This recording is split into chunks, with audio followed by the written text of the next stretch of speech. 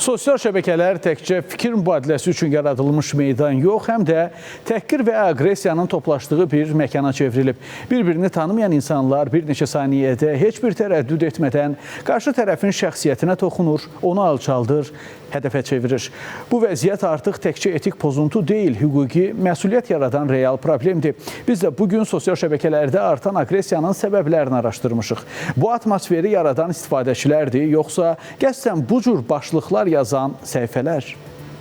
Aşırı dərəcədə etik qaydalarından kənar olan o qədər sözlər var ki, dillə deyə də bilmirəm o sözü ki, hansı video olsun, hansı sözə görə.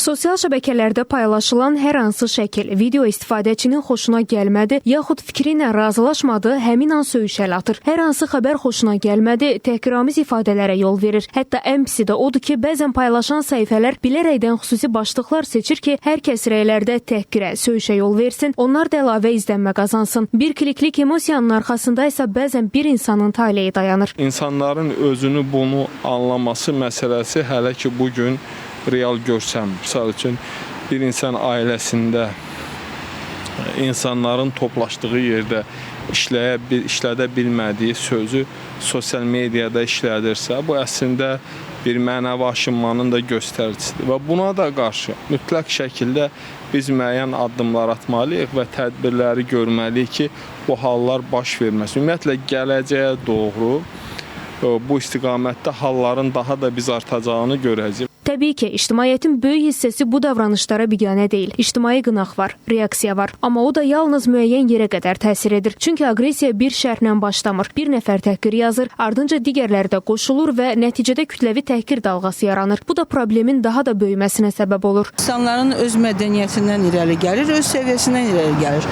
Yəni, tərbiyəsi o qədərdir ki, o sözləri orada deyir.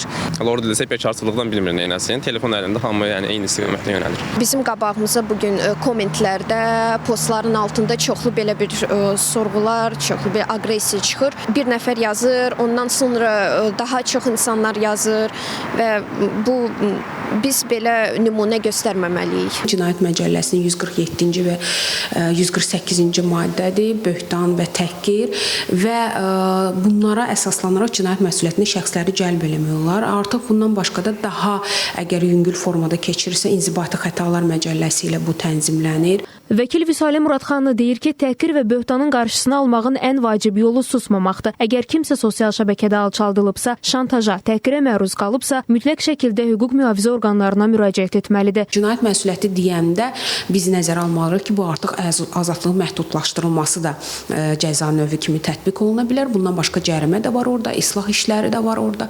Amma dediyim kimi təhqiri və böhtanı sübuta yetirməlidir. Və burada çox maraqlı bir məqam var ki, təhqir böhtanı iddiaçı sübuta yetirmir. Cavabdeh sübuta yetirir ki, bəli, mən bu halları törətməmişəm və yaxud törətdiyim böhtan deyil, həqiqətdir və s. və ilaxıra. Söz azadlıqdır, təhqir cinayət. İkisi arasında xətt isə çox incədir. Unutmamalıyıq ki, yazdığımız hər söz həm bizi ifadə edir, həm də məsuliyyət qarşısında qoyur. Fidan Səfər, İlkin Həsənov, Space xəbər.